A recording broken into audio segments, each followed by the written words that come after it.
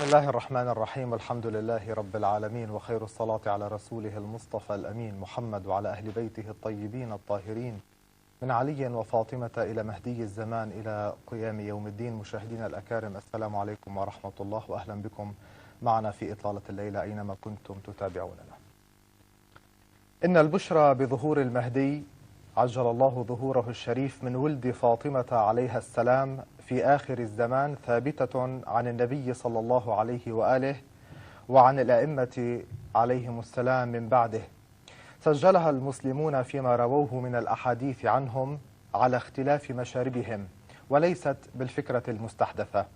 فالاعتقاد بغيبة إمام معصوم ادخره الله جل وعلا إلى يوم تتحقق على يديه وراثة الصالحين وقيام دولة القرآن العالمية، بعدما يضيق الخناق ويستفحل الظلم والجور في البلاد. ساعتئذ يأذن الله له بالظهور لتطهير الأرض من أرجاس الظالمين، ليكون أمل السماء الذي طال انتظاره وغاية الشرائع الإلهية التي تكتمل بحضوره الشريف. فعن رسول الله صلى الله عليه وآله قوله: المهدي من ولدي يكون له غيبة وحيرة تضل فيها الأمم، يأتي بذخيرة الأنبياء فيملأها عدلا كما ملئت جورا. فالارتباط بالإمام الحجة ليس ارتباطا بفكرة غيبية فحسب، بل هو ارتباط بإمام معصوم يحيا جسدا وروحا، معه كمالات الرسالات وخواتيم البدايات، وهو إمام الكون، ولولاه لساخت الأرض بأهلها، وهو الأمان لأهل الأرض كما أن النجوم أمان لأهل السماء. السلام عليك يا بقية الله في أراضيه، حين تقوم وتقعد وحين تركع وتسجد. وقبل أن نسلم مقاليد الكلام للضيف العزيز سماحة الشيخ القاضي محمد كنعان، نهنئ الأمة الإسلامية ومقام محمد من علي وفاطمة إلى مهدي الزمان بولادة سيدة نساء العالمين من الأولين والآخرين السيدة الزهراء سلام الله عليها. تفضل سماحة الشيخ. السلام عليكم وهنيئا لكم ولادة الزهراء أيضا. الله يطول عمرك إن شاء الله، عمر إخواننا المشاهدين. بسم الله الرحمن الرحيم. الحمد لله رب العالمين، وصلى الله على سيدنا ونبينا محمد وآله الطيبين الطاهرين وأصحابه الأخيار المنتجبين ومن تبعهم بإحسان إلى قيام يوم الدين. أيها الإخوة المؤمنون، السلام عليكم جميعا ورحمة الله وبركاته. وأشرقت الدنيا بذكرى ميلاد سيدتنا ومولاتنا السيدة الزهراء صلوات الله وسلامه عليها. نتوجه إلى صاحب العصر والزمان، أرواحنا له الفداء، بالتهاني بذكرى ولادة جدته سيدة نساء أهل الجنة صلوات الله وسلامه عليها.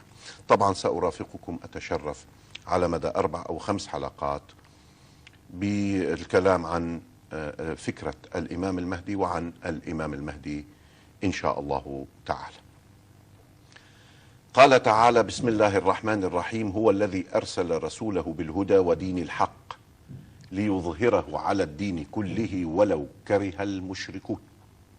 كثيرة هي الآيات التي تتحدث عن ظهور دين الله عز وجل الذي ارتضاه لعباده ليصبح عاما شاملا كل الكرة الأرضية، وهو اعتقاد يتصل بأصل الإيمان بالله عز وجل وبوحدانيته وعدالته، إذ لا يعقل إلا أن يكون إلها في السماء وإلها في الأرض، قادرا في السماء وقادرا في الأرض، جبارا في السماء وجبارا في الأرض، عادلا في السماء وعادلا في الأرض. لا تتم هذه الألوهية إلا بذلك الظهور الجلي والواضح، فإن إلها ينهي الدنيا وينقل عباده إلى الآخرة دون أن يستطيع تعميم دينه ليظهره على الدين كله، لهو إله منقوص القدرة والحاكمية وفاقد للحجة على عباده.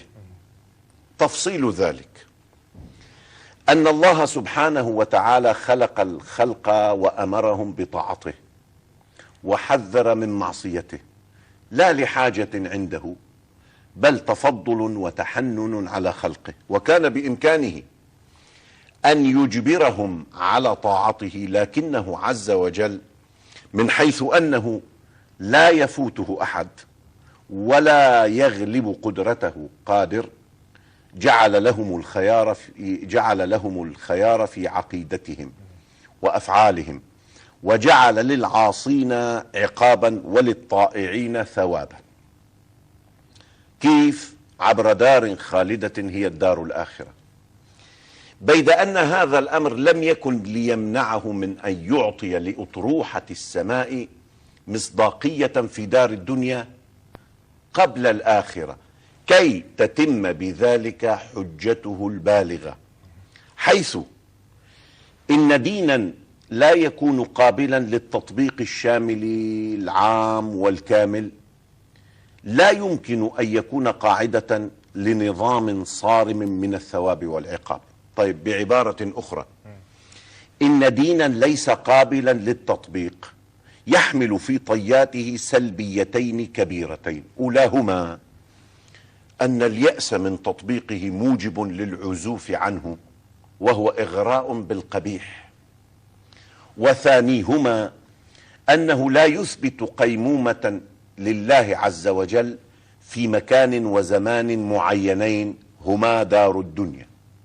وفضلا عن كل هذا، يصبح للمخلوق على الخالق حجة ودالة، حيث يستطيع هذا المخلوق أن يقول: إنك يا رب طالبت خلقك بالمستحيل، حيث أمرتهم بإقامة العدل والموازين القسط في كل الجغرافيا التي منحتهم إياها، ولم يكن بينهم على مدى الأزمان من استطاع ذلك إلا كومضات محدودة المكان قام بها أنبياء وأوصياء، فلا يحق لك أن تطالبنا بالمعسور. ثم إنك يا رب أخذت على نفسك العدل والرحمة، فأين هي عدالتك في الأرض قبل السماء أو معها؟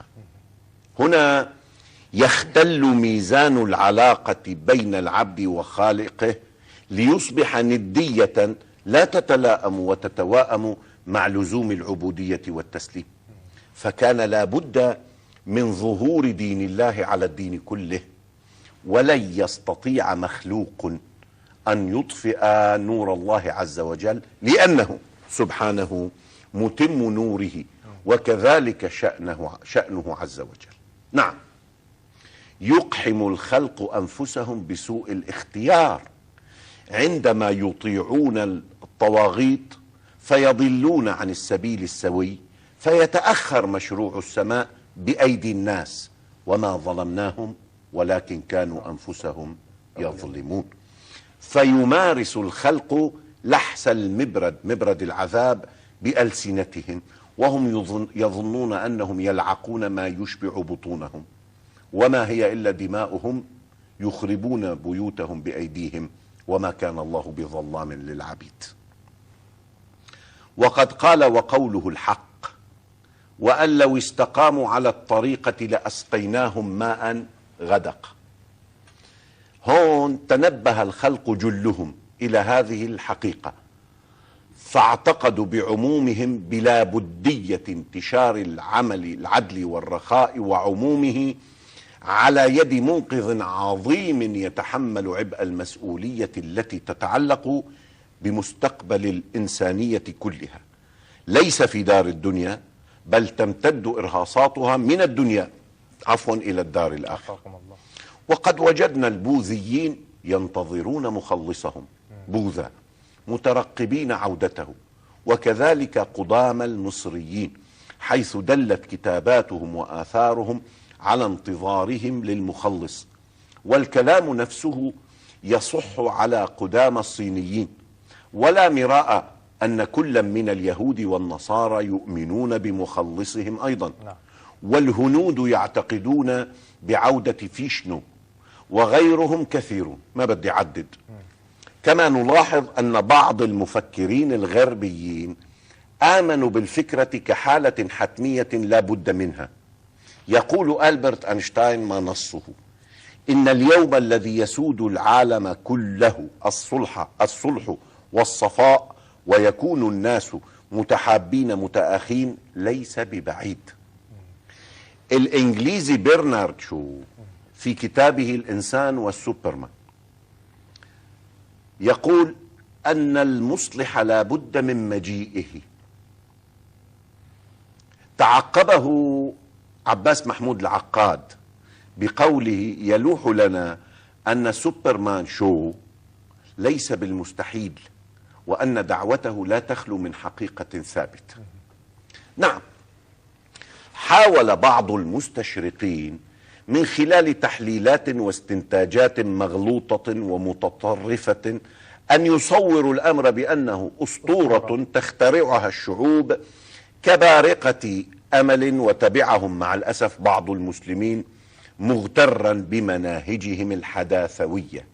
والمؤسف أكثر أن بعض الشيعة نظروا إلى المهدوية بمنظور ضيق، أرادوا من خلاله تطبيق فكرة قد تكون صحيحة في جهة واحدة مشوهة منقوصة في جهات شتى، أودت بهم إلى التوهين والتشكيك بالفكرة من أصلها أو بما يلازمها في فروعها، كل ذلك تحت شعارات البحث العلمي تارة واستشراف الآفاق المتحركة طورا آخر، إلى الكثير من العبارات الرنانة في مظهرها الجوفاء في مضمونها.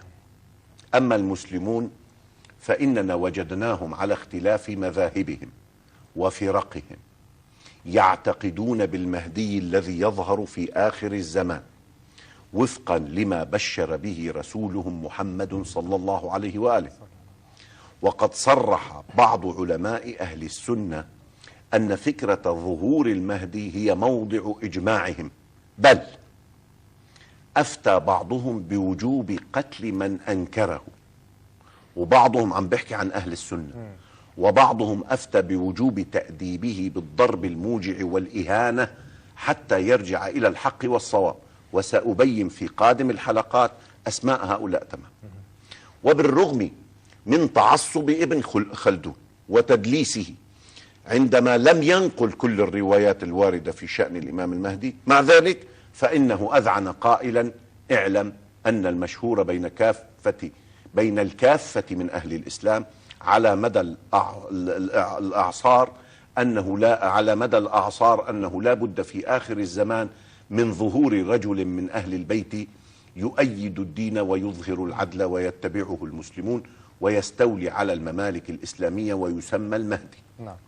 متطرف آخر مع الأسف هو أحمد أمين الأزهري المصري، لم يجد مناصا، مع أنه تماهى مع ابن خلدون، لكن لم يجد مناصا من أن يقول فأما أهل السنة فقد آمنوا بها أيضا، أي بفكرة الإمام المهدي والاعتقاد به. حتى ابن تيمية الحراني نجده سلم بالفكرة كما نقل عنه ابن حجر في سواعقه. مؤخرا في زماننا أوردت مجلة الجامعة التي تصدر في المدينة المنورة في عددها الثالث، أوردت قول عبد العزيز بن باز اللي كان مفتي المملكة أن الفكرة صحيحة والروايات صحيحة ولا يمكن إنكارها. طيب، ابن حجر أحصى الأحاديث المروية في المهدي فوجدها تربو على 50، وأورد ما قرأه لدى أهل السنة في هذا الباب، فقال أنا سأنقل لكم نص ابن حجر كما ورد. يقول قرأت رسالة للأستاذ أحمد بن محمد بن الصديق في الرد على ابن خلدون، سماها إبراز الوهم المكنون في كلام ابن خلدون، وقد فند كلام ابن خلدون في طعنه على الأحاديث الواردة في المهدي، وأثبت صحة الأحاديث وقال إنها بلغت التواتر.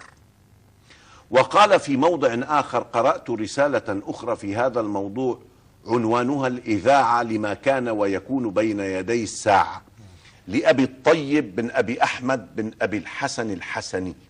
وقال أيضا الكلام ما زال لابن حجر، قد كتب الإمام الشوكاني كتابا في صحة ذلك سماه التوضيح في تواتر ما جاء في المنتظر والدجال والمسيح. انتهى كلام ابن حجر.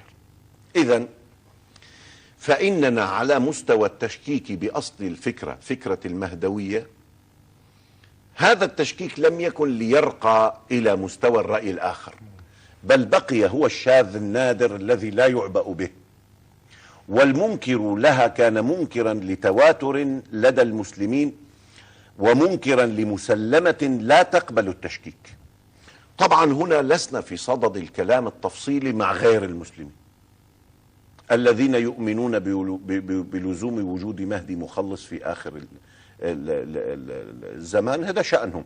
كلامنا مع المسلمين الذين يؤمنون بأنه مخلص في آخر الزمان من ذرية النبي محمد صلى الله عليه وآله، يصلح الله به الأرض بعد فسادها ويملأ الله به الأركان كلها عدلا وقسطا.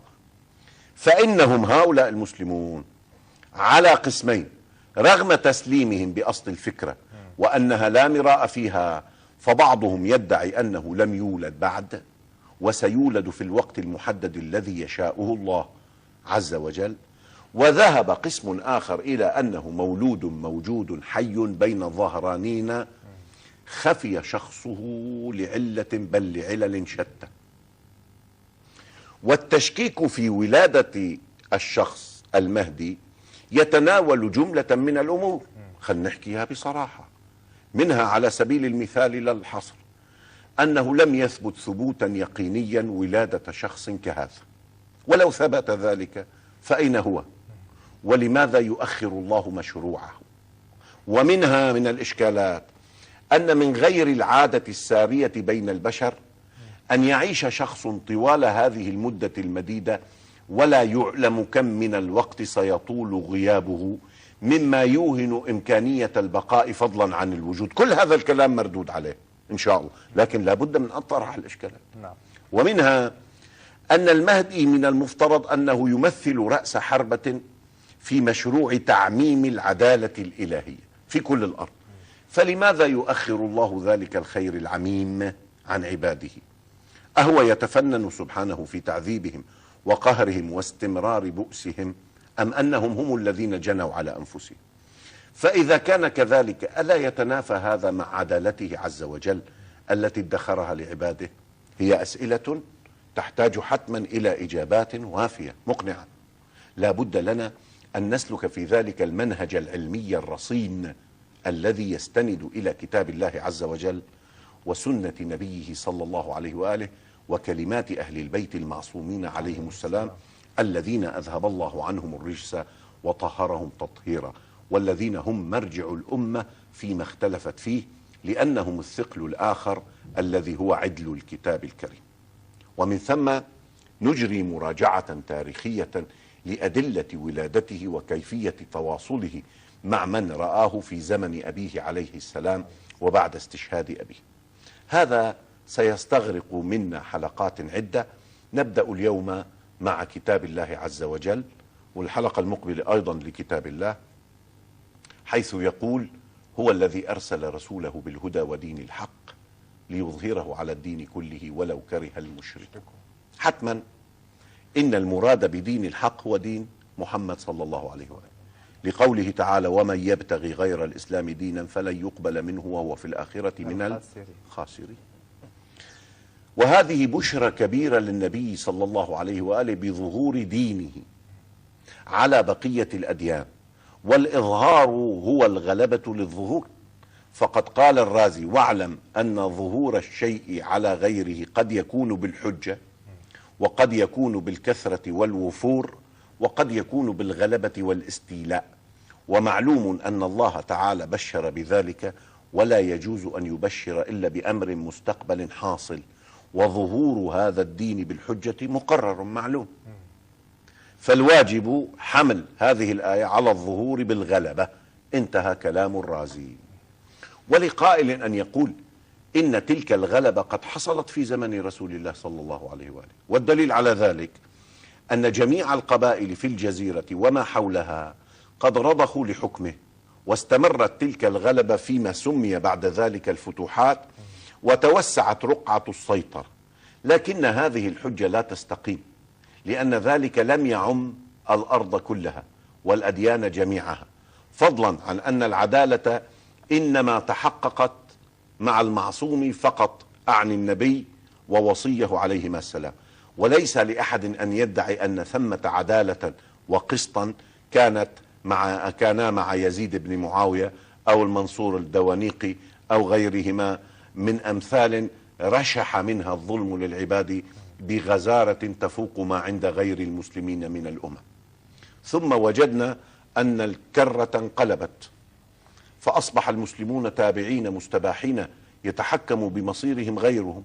وبكل الأحوال فإننا نرجع إلى النصوص التفسيرية للآية لنجد أن قتادة، هذا من يعتبرونه من كبار التابعين، قتادة على سبيل المثال يقول فيما نقله عنه صاحب الدر المنثور ما نصه ليظهره على الدين كله، قال: هو الأديان الستة، إن الذين آمنوا والذين هادوا والصابئين والنصارى والمجوس والذين أشركوا، فالأديان كلها تدخل في دين الإسلام، والإسلام يدخل في شيء منها، فإن الله قضى بما حكم وأنزل أن يظهر دينه على الدين كله ولو كره المشركون.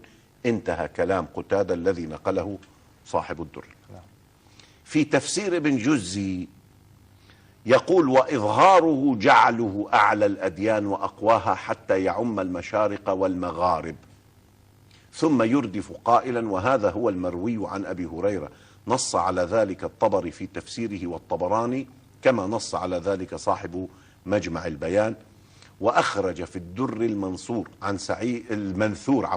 عن سعيد بن منصور وابن المنذر، وكذلك البيهقي في سننه عن جابر بن عبد الله الأنصاري في قوله ليظهره على الدين كله، قال: لا يكون ذاك حتى لا يبقى يهودي ولا نصراني صاحب ملة إلا الإسلام.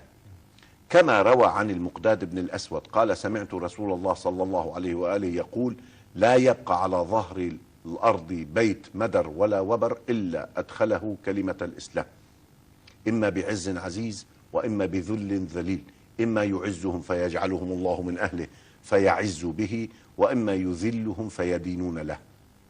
أما في منهج أهل البيت عليهم السلام فقد رأوا أن الآية تبشر بالمهدي عليه السلام، كما ورد في روايات عدة، منها ما عن الباقر صلوات الله وسلامه عليه بأن الله سيظهر دين جده على سائر الأديان حتى لا يبقى على وجه الأرض مشرك. وذهب إلى هذا الرأي السدي فيما رواه عنه القرطبي قائلا: وقال السدي: ذاك عند خروج المهدي لا يبقى أحد إلا دخل الإسلام.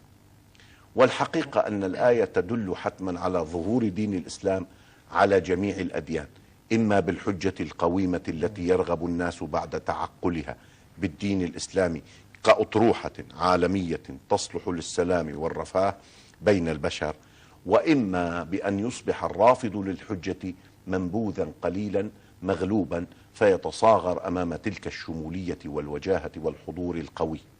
هذا الظهور يفترض حتمية تاريخية واضحة، وهي أن النظرية الإسلامية كما أنزل الله تعالى على نبيه صلى الله عليه وآله هي نظرية متكاملة صالحة للعمل بها إلى يوم القيامة، بيد أن ما عاناه هذا الدين كان من سوء التطبيق على مدى الأزمنة، فيحتاج الأمر إلى شخص يكون على رأس الهرم التطبيقي، منزه عن كل موبقة، مترفع عن كل شخصانية، يحسن إسقاط المفهوم الإسلامي على مصادق متكثرة علمية وعملية. وإن أدنى تأمل في ذلك يستلزم القول بتسديد هذا الشخص وترشيده من قبل السماء، وهو عين العصمة التي يقول بها الإمامية. كانت هذه الحلقة مقدمة لما سيليها إن شاء الله تعالى. أحسنتم سماحة الشيخ، بداية كريمة على كل حال. نسأل الله القبول. مرحبا بكم من جديد وكذلك مشكور السادة حبيبي. المشاهدين الكرام.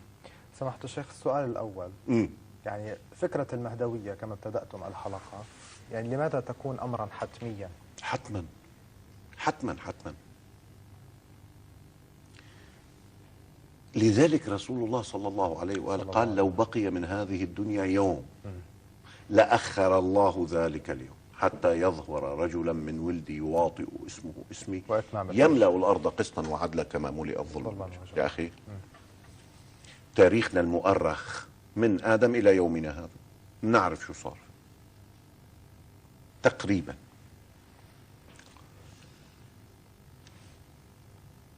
خلينا نحكي من إبراهيم إلى اليوم. سلام الله عليه. قبل إبراهيم كان الدين لم يتبلور بنحو الكمال، فتلقى آدم من ربه كلمات. شوف لما تطورت البشرية وإجا إبراهيم، وإذ ابتلى إبراهيم ربه بكلمات فأتمهن. يعني كانت كلمات آدم غير مكتملة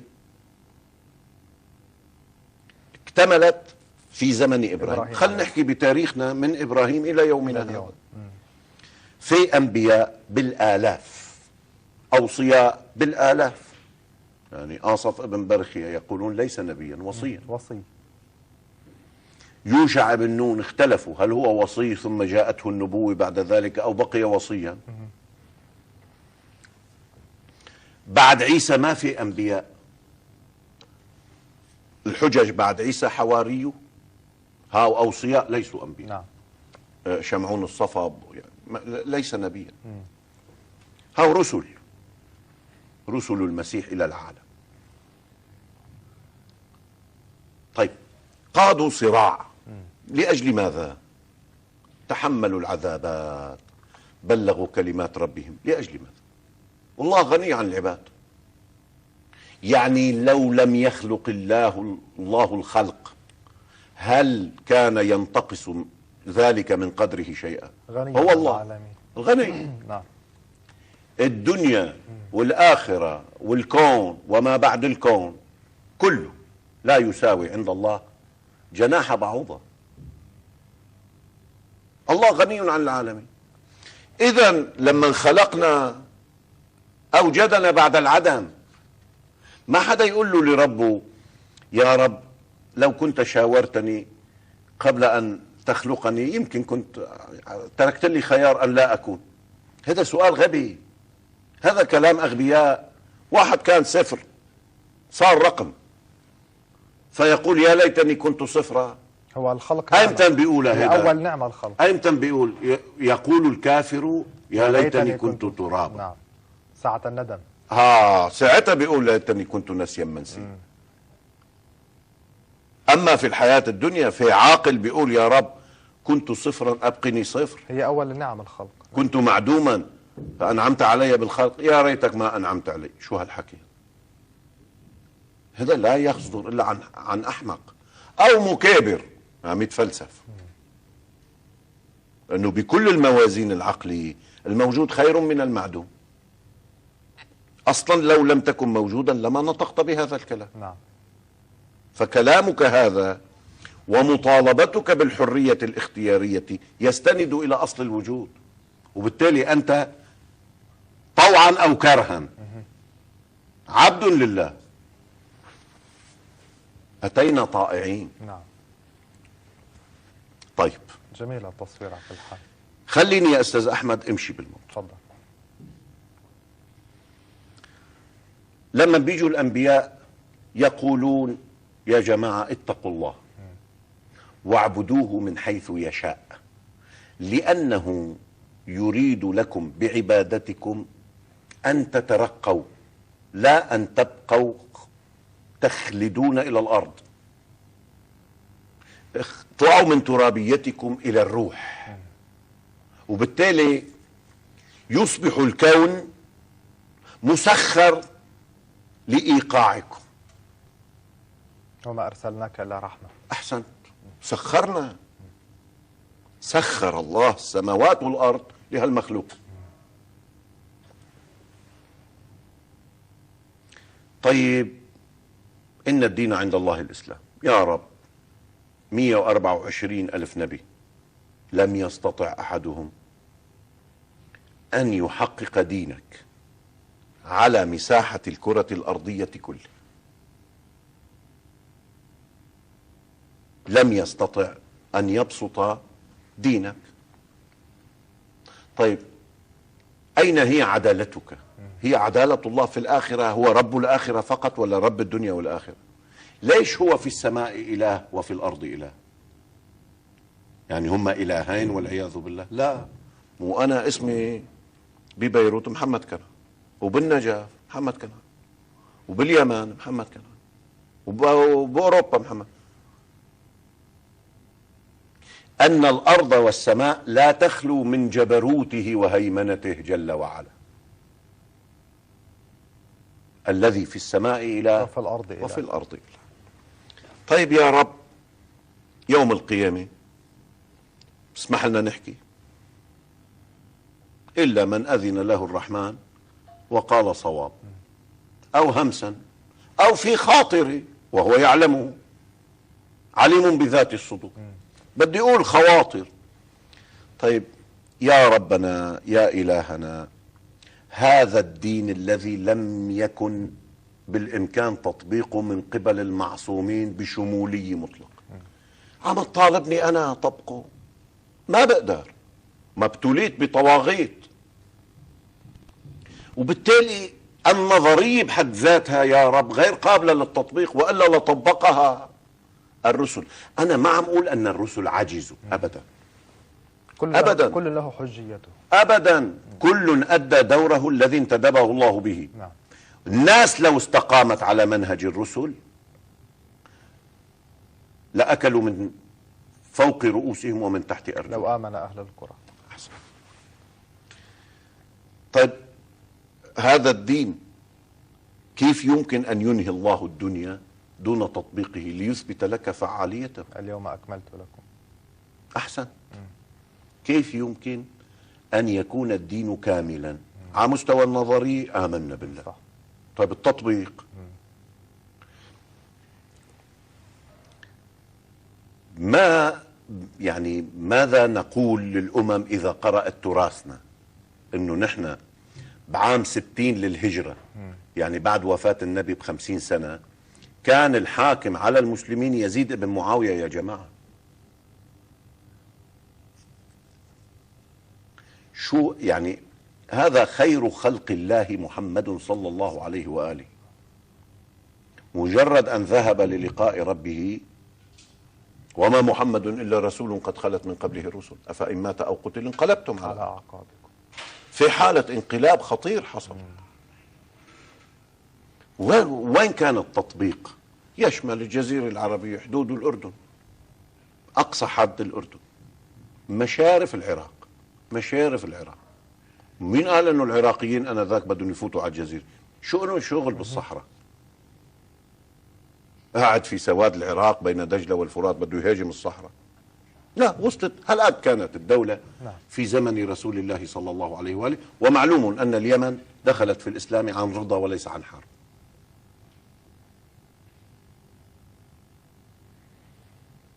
وصولا الى البحرين، البحرين ما يسمى الان بالمنطقه الشرقيه، والجزائر اللي هي تسمى بوبيان والبحرين الآن وقطر، هاي تسمى الجزائر. أما البحرين لا، هي المنطقة الشرقية تاريخيا.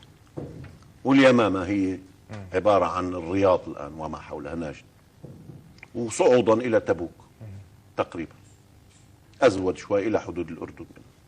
هذه الحدود إلى حين يعني إلى المكان الذي وصل إليه جعفر رضوان الله تعالى. نعم. طيب وين طبق الإسلام؟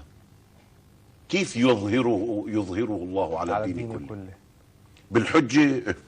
والآن أنا بأبسط حجة بقول يا جماعة إن الكتاب الذي معي وهو القرآن الكريم لا يأتيه الباطل من بين يديه ولا من خلفه. ما بدي ناقش بهالأمور، بدي أقول إنه هو موضع إجماع أصحابه، بينما بقية الكتب ليست موضع إجماع. ولا لا؟ صحيح. يعني هل يستطيع أحد من النصارى المسيحيين أن يرجح لي إنجيل لوقا على إنجيل متى؟ في 4 نسخ معتمدة وفيها اختلافات فاحش. يعني لستم هاي أول ظهور أني أنا عندي نص محكم حجة لا فيه حرف زايد ولا حرف ناقص. النصوص الأخرى بالزرادشتية، بالتوراة، بالكونفوشية، بالمسيحية نصوص متفرقة وليس هناك نص واحد، فضلا عن أنه في نصوص متهافتة. كيف يكون توراة نزلت على موسى وتنقل لنا تفاصيل جنازة موسى؟ كيف؟ وهو المفروض عم يبلغنا التوراة، كيف التوراة تنقل تفاصيل جنازة موسى صلوات الله وسلامه عليه؟ وهذا مستحيل، لا نؤمن به ولا يمكن أن لأحد أن يؤمن به. كيف نبي أنزل عليه كتاب يروي تفاصيل دفنه؟ لا يتعقل. إذن هذا أول ظهور. فالحجة منذ أن بعث رسول الله حجته أقوى، ظاهر على الدين كله على مستوى النظري. هلا على مستوى النظري بيجي لأي عالم رياضيات بقول له عندي بالقرآن الكريم قواعد رياضية على أصعب رقم بالمعادلات وهو 19، وهو عدد أحرف بسم الله الرحمن الرحيم. صحيح. وهو العدد الذي تنقسم عليه سور القرآن فلا يبقى فيه كسر، وهو العدد الذي تنقسم عليه آيات القرآن فلا يبقى كسر، العدد الذي تنقسم عليه كلمات القرآن فلا يبقى كسر، العدد الذي تقسم عليه أحرف القرآن فلا يبقى. هذا ظهور. شو بده يجيب لي أي نص؟ هذا من صناعة محمد صلى الله عليه وسلم، هذا صناعة إلهية ربانية. نعم. بس تقعد تقرأ التصوير البديع خلصوا نجية. شو اطروح الدكتورة بكلمتين، القصاص حياة. بس تستمع إلى الجرس والنغمة تعلم أن هذا كلام ظاهر على غيره من الكلام. والليل إذا عسعس وغيرها. كيفما التفت تجد تنبهر. وجد جدارا يريد أن ينقض. شو يريد؟ نسبة الإرادة إلى الجدار. فأقام. تعرف كم يمكن أن تتكلم في هذا الموضوع؟ جدار جماد نسب الله إليه الإرادة، يريد أن ينقض فأقامه. نعم. طيب هذا الدين ظاهر، ما معنى ليظهره على الدين كله؟ ظهور آخر، ظهور شمولي يشمل الحجة ويشمل الغلبة والهيمنة والسيطرة. ما حدا يتصور انه نحن جماعة عدوانيين شاهرين سيوفنا مثل ما بيصوروا الآن بعض المتأسلمين الجدد. لا، الموضوع أننا قلنا بشكل حضاري لا يمكن لهذا المشروع، أولا لا يمكن أن تنتهي الدنيا إلا ببسط مشروع العدل كي تكون الحجة لله بالغة في الدنيا وفي الآخرة. هاي واحد. اثنين، لا يمكن لهذا المشروع أن ينفذه الغوغاء، ما بيقدر ينفذه من مكان لأن فاقد الشيء لا يعطي. كيف بده يعطي عدالة وهو ما قادر يكون عادل مع نفسه؟ يعتريه النقص. إذن لابد من وجود معصوم مسدد على رأس التنفيذ، على رأس ظهور الدين. وإلا الآن يزعم كل زاعم أنه مهدي. المنصور الدوانيقي ما سمى ابنه المهدي، حاكم بن العباس. بعض العبيدليين في الفاطميين في مصر ما سموا أنفسهم بأنهم أولم يدعى لمحمد بن عبد الله بن الحسن المثنى النفس الزكي أنه مهدي هذه الأمة؟ الدعية هذا الكلام. لا، الموضوع لا يتضمن مشروع هيمنة بمقدار ما هو حجة وانتشار وتوسع طبيعي. يعني ما بتقدر جيبني إلي أنا لست معصوما وتحطني على رأس هذا المشروع، ما بيصير. سيكثر مني الخطأ، وبالتالي هذا الخطأ سينعكس على ما أمثل فيؤدي إلى فرار في الدين، فرار من الدين. بينما المعصوم لما بيكون على رأس التنفيذ ماذا يحدث؟ المعصوم أوسع دائرة علمية من غيره.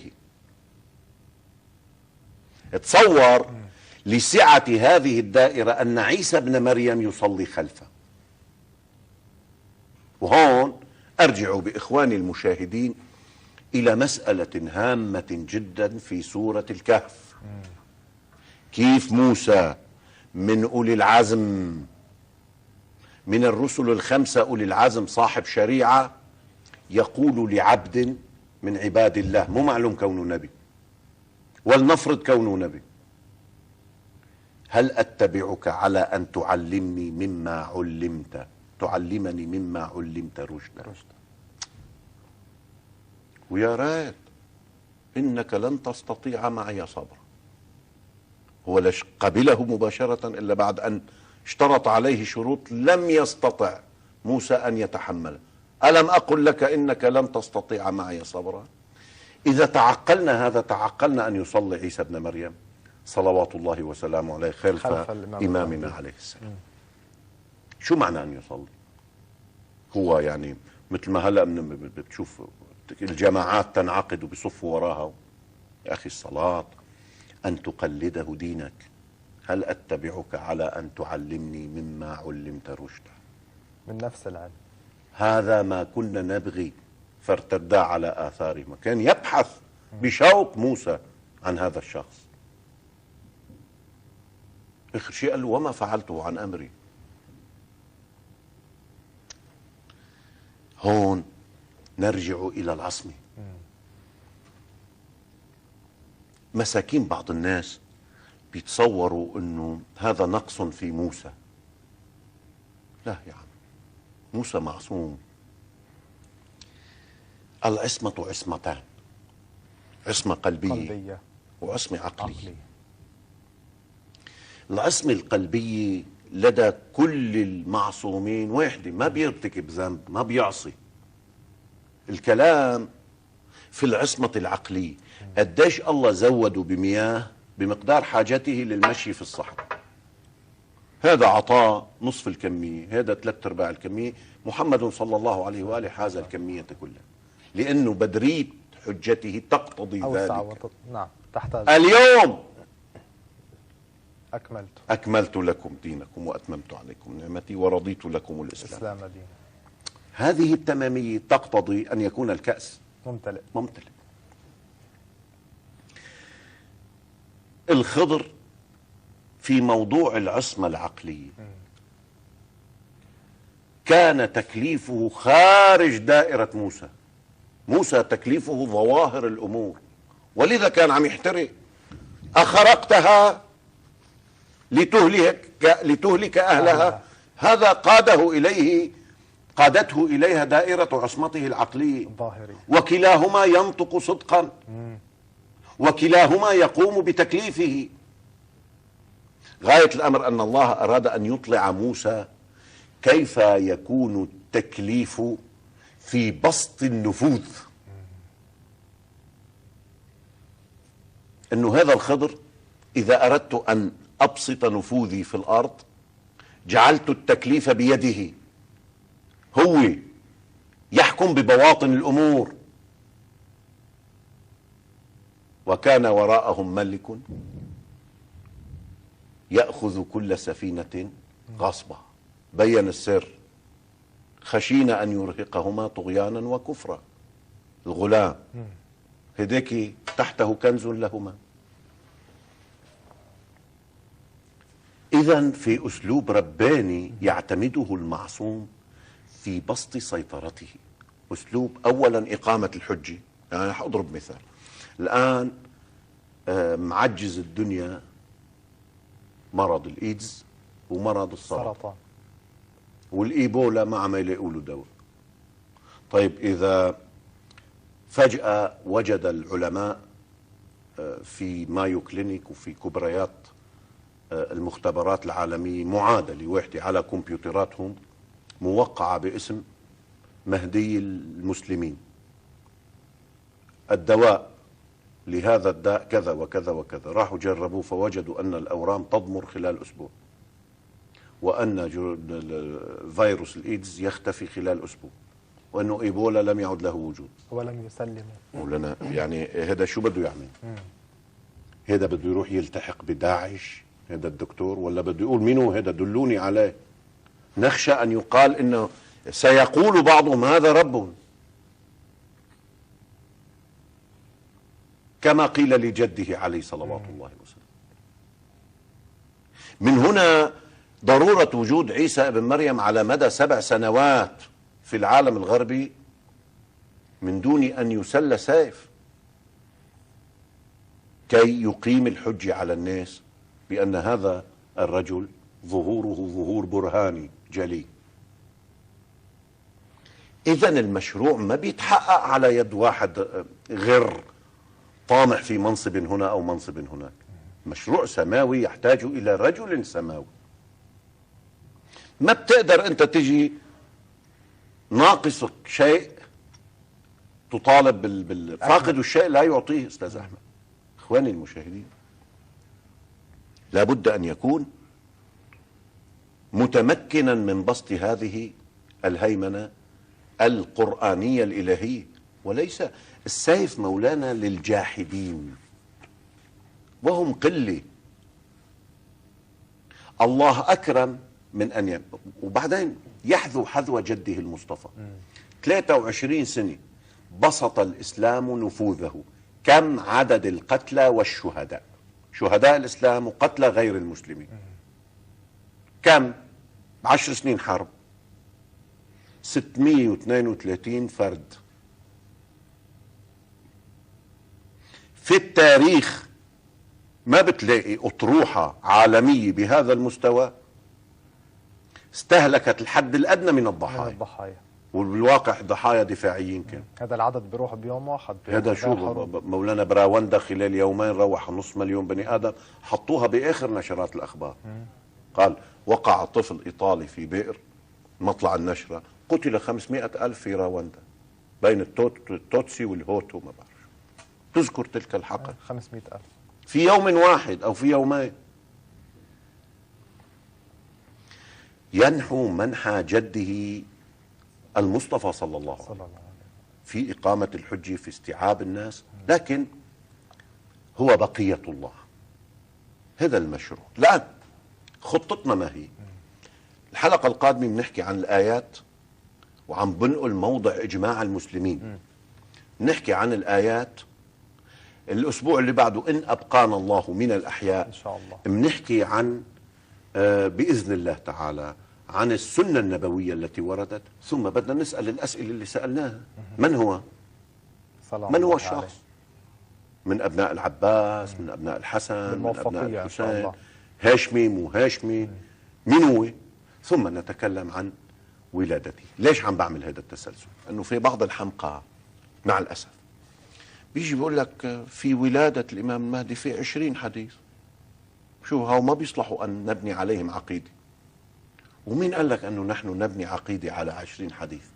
بعضها ضعيف، بعضها حسن، بعضها موثق. أخي إذا لم يؤخذ الموضوع من لدن آدم إلى قيام الساعة مرورا بمحمد صلى الله عليه وآله والأئمة من بعده عليهم السلام، ما فيك توصل لنتيجة. هنا يصبح 20 حديث داخلين في ضمن منهج، مش انتقائية بشيل كشتبان أو أساس وبضحك فيه على الناس. عيب.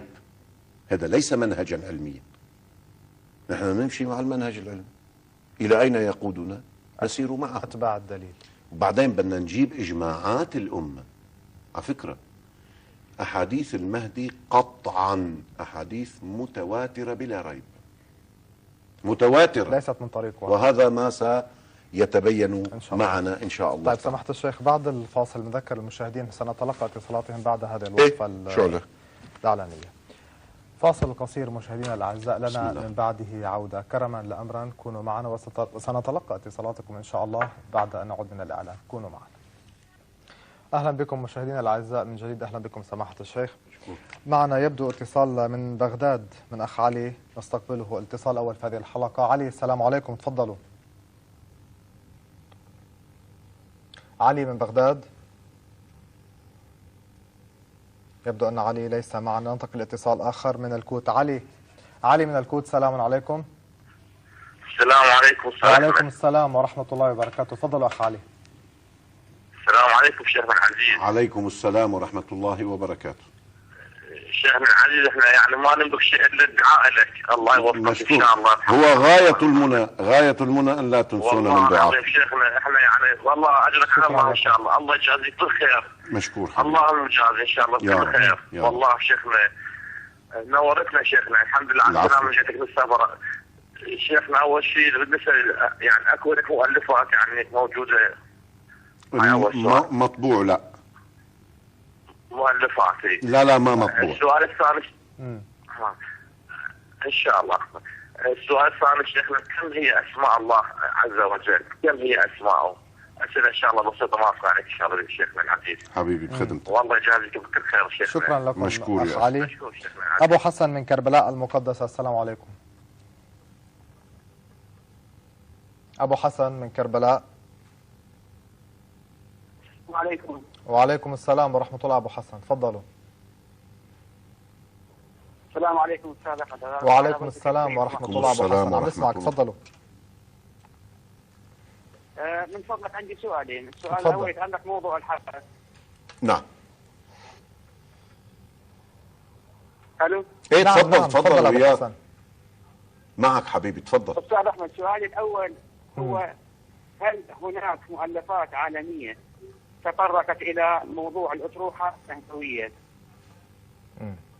هل هناك مؤلفات عالميه تطرقت الى اطروحه المهدويه، الى موضوع الاطروحه المهدويه الاسلاميه؟ نعم. على نحو النقد والتحليل وطرح الاشكاليات والاجابه، وهل هناك من تصدى لهذا الموضوع؟ يا ريت لو سمحت الشيخ علينا بهالقضيه هذه، اذا نعم. اطلع شيء ممكن الواحد يرجع اليه. نعم واضح ابو حسن، شكرا لك. الى بغداد مع اخ محمود، السلام عليكم. محمود تفضل. هذا سؤاله الاول، هو قال عليكم سؤالين. السلام. هو كانه السلام قسم عليكم. السؤال يلا لجزئين. تفضل حبيبي. تفضل محمود. السلام عليكم. السلام عليكم، شلون استاذ احمد؟ وعليكم السلام ورحمه الله. شكرا جزيلا لك حبيبي محمود. شيخنا. هلا ومرحبا. بس عندي طلب، يا ريت لو تسوون فد حلقه يعني بعد ما تكون هاي السلسله هي واللي انت هسه مسوي لنا اياها. عن يعني الملحدين كيف يتعاملوا وياهم، الاسئله اللي هم عندهم، نظريه داروين، الاسئله اللي هم عندهم عنها. يعني هم الاسئله اللي هم يعني العامه اللي هم دائما يناقشوها. نعم. هل من سؤال اخ محمود؟ والله هذا مقترح. شكرا لكم. ما عندي سؤال الحمد لله. شكرا لكم على هذا الطرح. عبد العباس من الكويت، السلام عليكم. السلام عليكم. وعليكم السلام ورحمه الله. عبد العباس تفضل. الشيخ الفضيل، واسال الله سبحانه وتعالى ان يوفقه ونرى دائما طالة بخير وعافيه، ويجعلنا واياه والمؤمنين ان شاء الله ممن ينتظر الامام الحجه. امين رب العالمين. مولاي العزيز، مولاك النبي. بعض القراءات للعلامات. معروف ان العلامات حتميه وغير حتميه، ولكن حينما نتحدث عن وجود اشخاص او نسال هل وجود الشخص الفلاني، مثلا نسال هل الخراساني نامل ان يكون السيد الخامنئي الله يحفظه، هل شعيب بن صالح موجود، هل فلان موجود، يقول نحن نامل، ولكن اذا قلنا هذا الشخص او ذاك فاننا نوقف.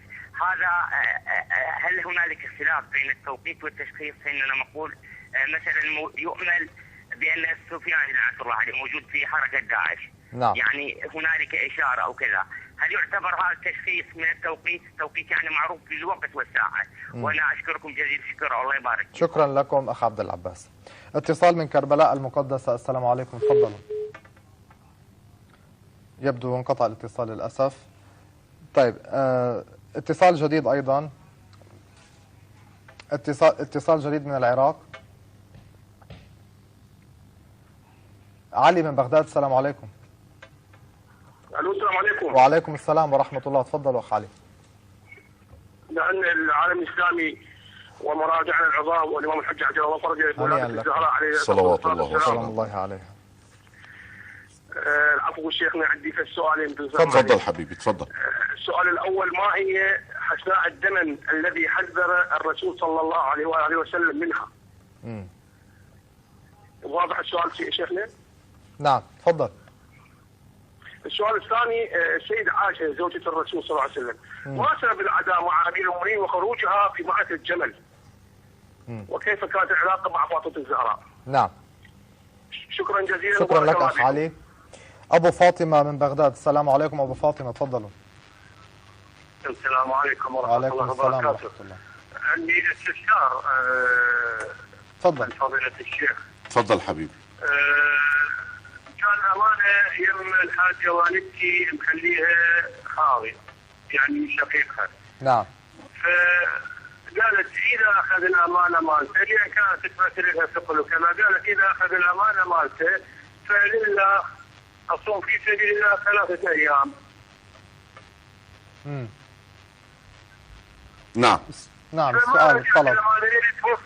رجعتها إلى أولاده، فهل يجب عليها الصيام من عدمه؟ حفظكم الله. نعم.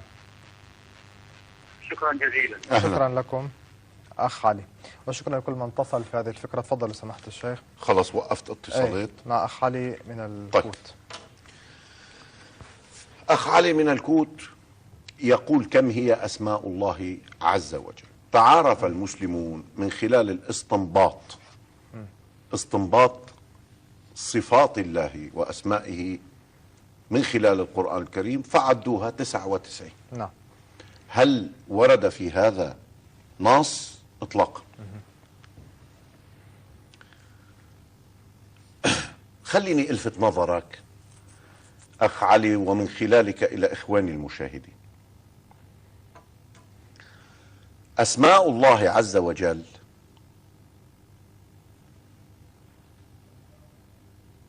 يجب إضافتها إلى العزة الإلهية، إلى الحضرة القدسية لله عز وجل. يعني عندما تقول الله الرزاق، كلمة الرزاق شو هي؟ اسم من أسماء الله. الله القادر، القادر شو هي؟ اسم من أسماء الله. الرب اسم من أسماء الله، بينما كلمة الله اسم الله وليس اسما من أسماء الله.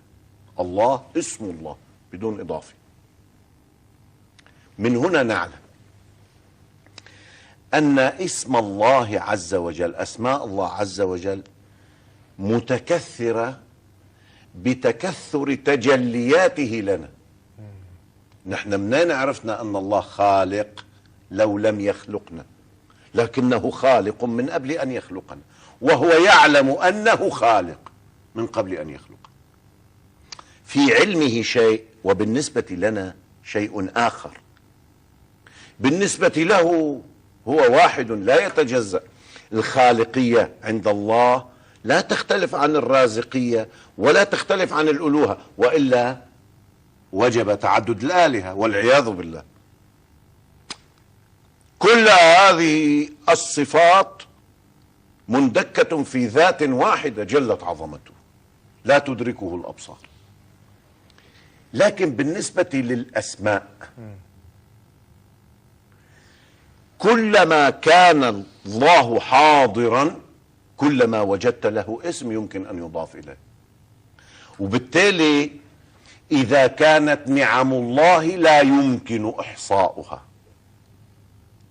وهي مخلوقة له، فكيف يمكن إحصاء أسمائه التي من المفترض أن تتكثر حضورات هذه الأسماء بتكثر النعم التي لا يمكن إحصاؤها؟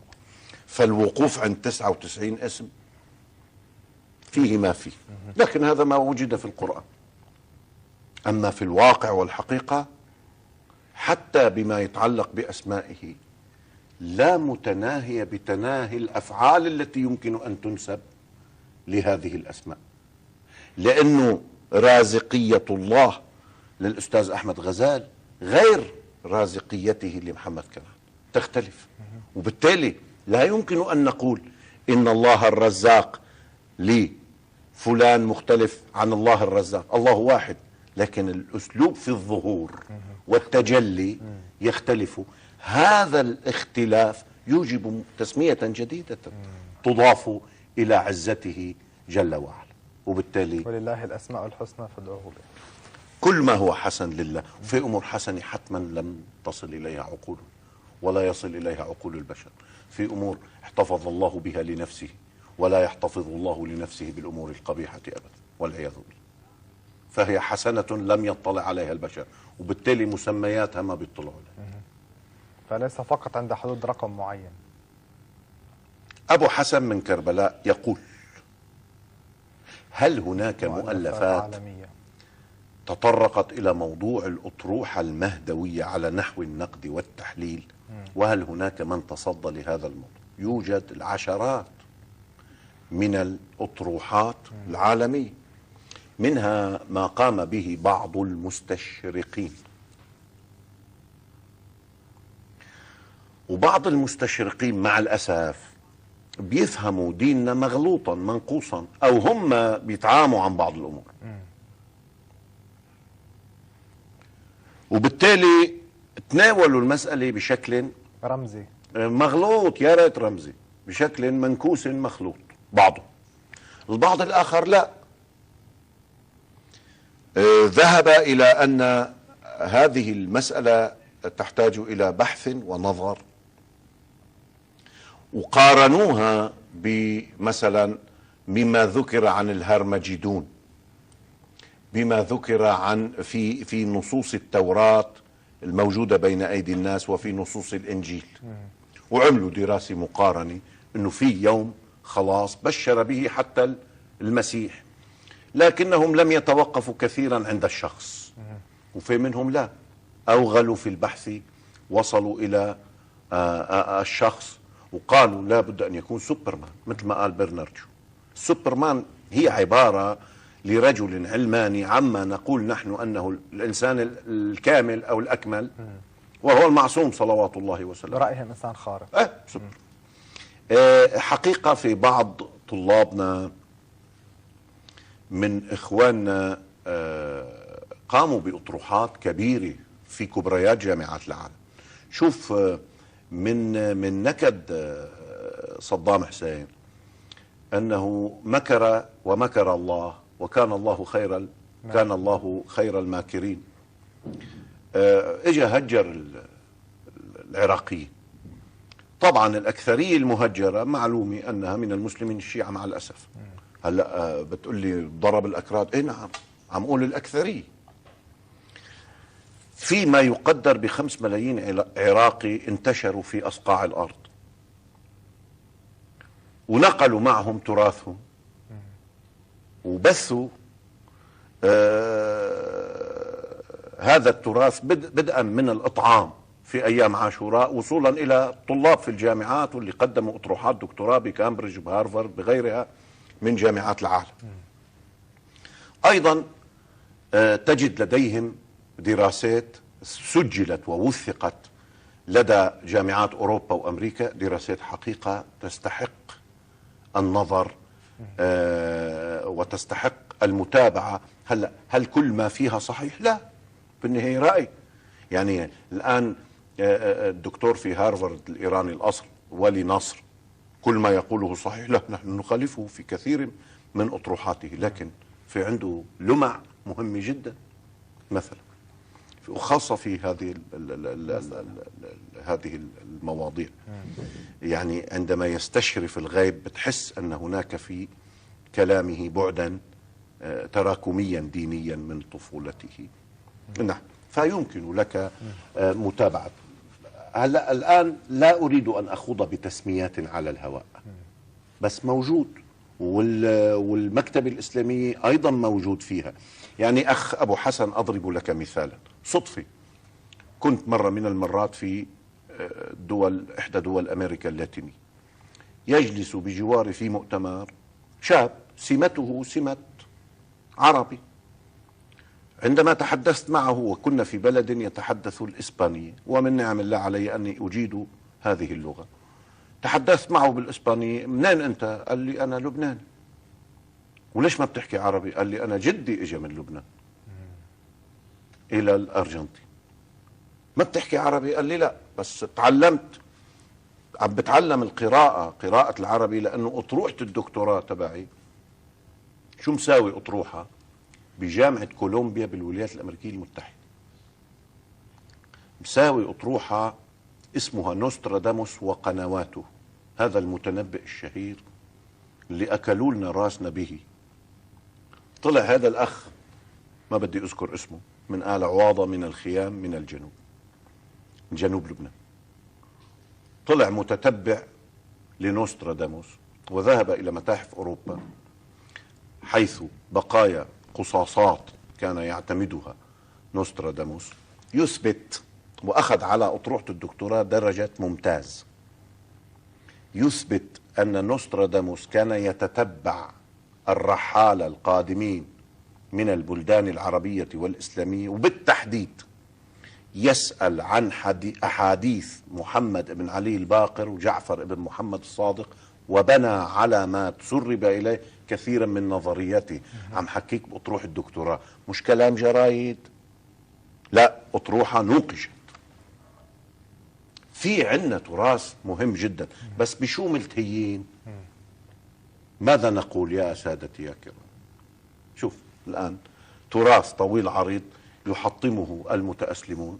امبارح متحف بنينا، وأول أمس قلعة مدري هذا رمادان، وبيطلعوا قال ما بدي أحكي سياسي. على كل حال، على أي حال ليس الموضوع موضوع هذا البحث. الملحدين، يقول محمود، كيف التعامل معهم؟ كيف يمكن أن نفرد حلقات للملحدين؟ محمود من بغداد. إيه، ما المقصود؟ يعني أنه نجي نقول للناس آمنوا. شوف، في اعتقادي أن الإنسان الذي يقول إن الله غير موجود واحد من اثنين، إما كاذب أو مجنون، لأنه هو في داخله يعلم أنه كاذب. وإلا أنا ما بقدر كذب الآيات. أفي الله شك فاطر السماوات والأرض، أعوذ بالله. الكلام كيف نثبت وحدانية الله عز وجل، أما عن وجوده فهو الموجود المطلق. نظرية داروين إما بدنا نجي نتعامل معها تعامل ديني، ما بيمشي الحال. لأنه إذا جيت لداروين قلت له قال الله وقال رسول الله، بيقول لي يا أخي أنت شو عم تناقشني؟ ما أنا لا أؤمن لا بالله ولا برسول الله. بدك تناقش داروين وأمثال داروين بنظريات فيزيائية طبيعية تثبت أن هناك قوة ذكية تحرك. هل قد سقفة؟ هل قد سقفة؟ ليس دينيا. ما بتقدر تحكي معه، بيقول لك أنت ما تقوله من آيات وأحاديث أنا أرفضه، أصلا لا أؤمن به. فكيف تحتج علي بقولك أفي الله شك فاطر السماوات والأرض؟ ما فيك تحتج علي بذلك. بدك تجي لنظريات فيزيائية. شوف، في كتاب قديما كان عندي بمكتبتي ينقل كلمات لبعض العلماء الغربيين، اسمه الله يتجلى في عصر العلم. يثبتون يعني من خلال بحثه المختبري، من خلال بحثه الفضائي، من خلال بحثه الفيزيائي، يقول يا أخي هناك قوة ذكية تسير العالم. بيرضخوا في النهاية أنه فيرضخ لوجود هيمنة لجبار. هلا بيسميه جاد، بيسميه ديو، بيسميه الله، مسمياتهم لكنها تدل على قوة واجبة الوجود جبارة ذكية لا تقهر. هاي من صفات الله عز وجل. نعم. ما بتصور أن هكذا حلقات تكون أخ محمود منتجي كمثل. شوف خطابنا لمين موجه؟ أنا مع مين عم بحكي؟ مع المسلمين. وبالتالي مش خطاب موجه لملحدين. يعني هذا لو كان أملك القدرة باللغة الصينية، إيه كان كلامك تمام، نعمل برنامج صيني ونوجه البث إلى الصين وتايوان واليابان وهاي المناطق، بيمشي الحال. بس أنت عم تحكي مع شريحة من المسلمين حسب التوجه. بقعد حلقات متتالية لأثبت وجود الله عز وجل، وهذا المشاهد عم يصلي صلاة الليل. بحاجة إلى يعني حاجة إخواني المشاهدين كيف نمتن عقيدتهم، كيف يصمدون أمام الشبهات، ومنه ما نحن فيه في سياق حلقات الإمام المهدي. عبد العباس، العلامات حتمية وغير حتمية، صحيح، وسبق أن تحدثت بهذا مطولا. هناك علامات لا بد منها، لا بد منها. والسفياني من المحتوم، يقسم على ذلك إمامنا الباقر، إمام يقسمون الأيمان والله من المحتوم. طيب الكلام في الإسقاطات، إنه الآن تخلع العرب أعنته، بدأت بتونس وما زالت الأعنة مخلوعة. هي هاي من يقول هي مولانا أول مرة تخلع العرب أعنتها؟ طيب الرايات السود من خراسان حصلت، هي يقصد بها رايات أبي مسلم الخراساني التي وطأت الرقاب لبني العباس، أو لا في رايات أخرى ما زالت منتظرة. شخصية السفياني، شخصية السفياني كيف يأتي من الروم. أضف إلى ذلك في أمر جوهري ومهم، أنه نظام كنظام الخرز يتبع بعضه بعضا. من أهم ما ورد في الروايات أن اليماني والسفياني يخرجان في يوم واحد. وين؟ والخرساني لا يتأخر عنهما، كمان مساوق لهما. ما بقدر أقول فلان، يعني بذكر أحدهم ما بدي سم كتب كتابا في الثمانينيات وبين أن الخرساني هو فلان وتوفى فلان، فطلع الكتاب الآن إذا بتقرأ تصير تضحك أنه كيف كان يجعل توقيتات. إنا أهل بيت لا نؤقت كذب الوقت، ومن التوقيت أن يقال هذا فلان، يعني هذا هو العلامة الفلانية.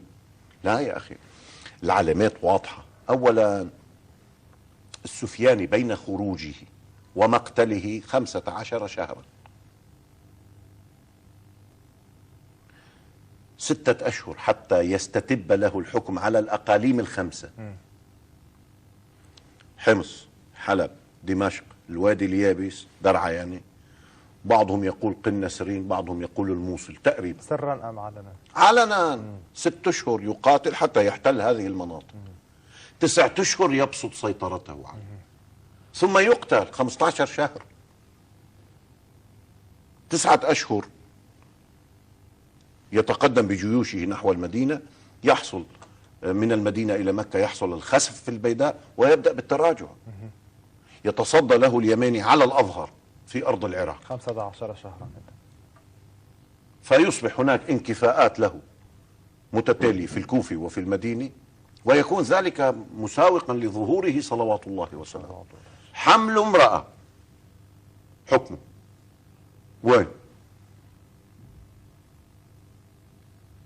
ما حدا يحاول يشير إلى شخصيات، يعني قد نحترم الشخصية احتراما كبيرا، لكن لا يمكن أن نؤقت أن نقول هذا فلان، هذا الخراساني، هذا اليماني، لا.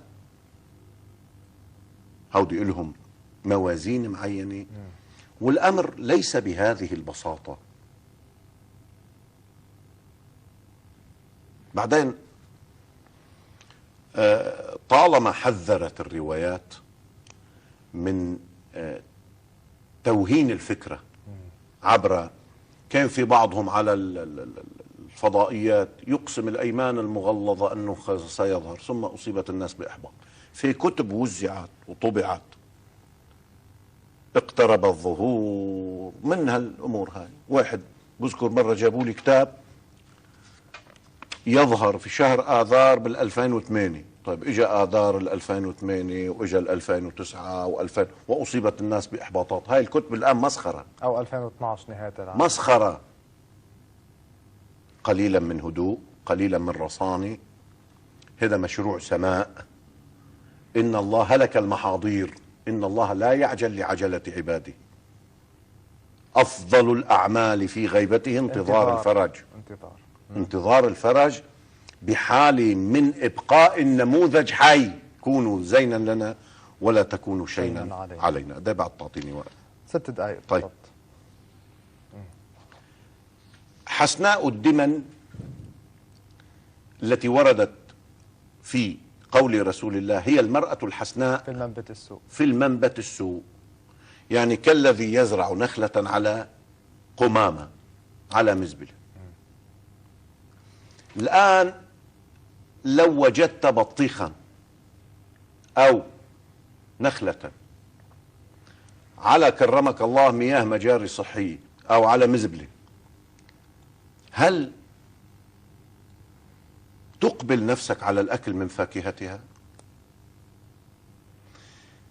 هذه المرأة التي تكون حسناء لكن منبتها منبت سوء، فهي تعطي ذرية سوء أيضا، تعطي ذرية سوء. في بيوتات كانت وبالا على الإسلام.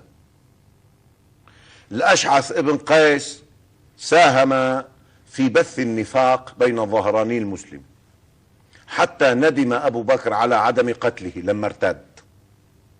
من جملة الثلاث التي وددت أني ما فعلتهن أني لم أعفو عن الأشعث ابن قيس. بنته جعدة بنت الأشعث دست السم للإمام الحسن على أمل أن يزوجها معاوية من ولده يزيد، ومعاوية كان يقول إن لله جنودا من عسل.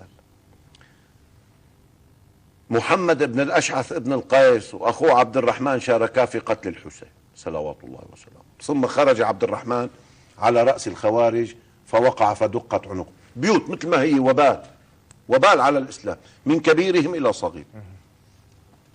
فهنا هذا المنبت السوء الذي حذر منه رسول الله. عائشة ما سبب عداوتها مع أمير المؤمنين علي عليه السلام؟ الواقع بعض الكتاب حاولوا يبينوا أنه لما نزلت حادثة الإفك استشار رسول الله صلى الله عليه وآله أمير المؤمنين، قال في النساء كفاية، يعني طلقها. بيقول حقدت عليه منذ ذلك الحين. هذا كلام ما بيمشي. أولا لأنه حادثة الإفك كما هو معلوم لدينا أنها في ماريا القبطية وليس في عائشة. اثنين، رسول الله صلى الله عليه وآله ليش بده يحرج الإمام علي ويقوده إلى ما يسبب له عداوة مع إحدى زوجاته؟ ثلاثة، أمير المؤمنين أوسع حكمة من أن يقول هذا الكلام. أمير المؤمنين حاله كحال رسول الله، ينتظر أمر الله عز وجل إلى ما هنالك. الموضوع موضوع حق وباطل بكل صراحة. أمرت أن تقر في بيتها فخرجت فأبت. هذا أمر واضح، وهو إمام زمانها، سواء على مدرستنا أنه بالنص الإلهي أو على مدرسة أهل السنة بالشورى، وبالشورى انتخب الرجل. فلماذا تخرج عليه؟ هل كان قصدها الإصلاح؟ ما هكذا تورد يا سعد الإبل، مش هيك يكون الإصلاح. ثم بعد مقتل طلحة بن عبيد الله وخروج الزبير من المعركة، من بقي يدير المعركة؟ وأي إصلاح هو هذا؟ ثم هل عندما يلقى القبض على عثمان بن أبي حنيف الأنصاري فلا يجرؤون على قتله فينتفون لحيته وحواجبه وشعر عينيه، بينتفوه بيصلخوه؟ رجل من كبار صحابة رسول الله شهد بدرا يصلخ وجهه. تعرف شو معنات اللحية عند العربي؟ والي. كيف أي إصلاح هو هذا؟ ثم يقتل شراطة بيت المال 50-60 قتيل في ليلة واحدة. الموضوع بالحقيقة هي مش بس نقمت على علي عليه السلام، نقمت على عثمان. من أول ما تولى عثمان، ينقل ابن أبي الحديد في شرح النهج، أول قرار أخذه عثمان أنه المخصصات اللي لعائشة ولحفصة نزلهم، ساواهم ببقية النساء. كان أبو بكر وعمر مساوين مخصصات زايدة لعائشة ولحفصة.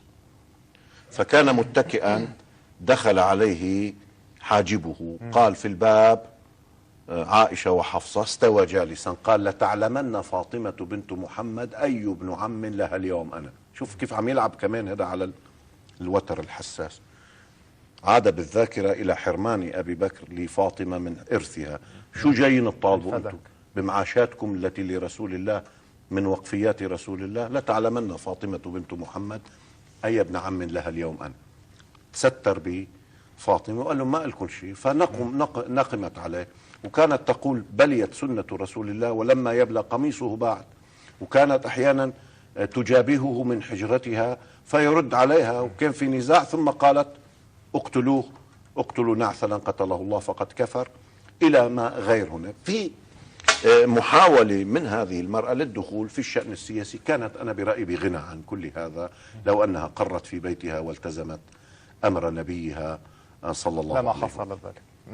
طيب، علاقتها بالزهراء، نقلت أحاديث عن الزهراء، كانت في بعض المرات تتساءل سؤال غيرة، أنه لماذا تقبلها في نحرها، فيوضح لها رسول الله صلى الله عليه وآله، لكنها لم تملك إلا أن تنقل مناقب الزهراء صلوات الله وسلامه عليها، وبعضها منقول من خلال عائشة. نعم. التي نقلت مناقب الزهراء عليها السلام.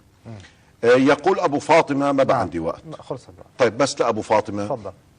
إذا كانت الوالدة قد نذرت قالت لله علي إن أخذ أخي أمانته لأصومن 3 أيام، بالواقع متعلق النذر لم يحدث، لم يأتي أخوها، توفاه الله فما أخذ أمانته، بالتالي متعلق النذر لم يحصل، هي راحت أخذت الأمانة إلى أهله، إلا أن تكون قد قالت لله علي لئن خلصني الله من هذه الأمانة لأصومن، بأي وسيلة من وسائل الخلاص قد تحقق النذر. فهي الآن أخبروا.